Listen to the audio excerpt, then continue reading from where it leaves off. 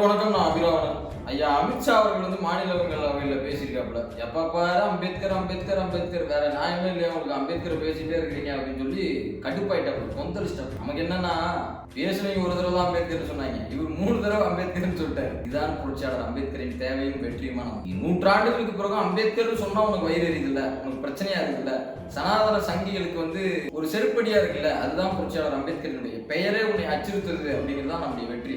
மாநிலங்க அவங்க வெளியில போராட்டம் நடத்துறாங்க, எல்லா தலைவரும் பேசுறாங்க. நேற்று கட்சி தொடங்கின விஜய் கூட ஏதோ பேசியிருக்காப்புல, அந்த அறிக்கையில பாஜகன்ற பேரே இல்ல, அமித்ஷான்ற பேரும் இல்ல. அது தனி அரசியல், நம்ம அதை அப்புறம் பேசுவோம். புரட்சியாளர் அம்பேத்கரின் தேவை என்பது மானுட குலம் உயிரோடு இருக்கும் வரை, மனித உயிர்கள் இருக்கும் வரை புரட்சியாளர் அம்பேத்கரின் தேவை இருக்கும். அது சனாதன சங்கிகளை எப்போதும் அச்சுறுத்தி கொண்டே இருக்கும்.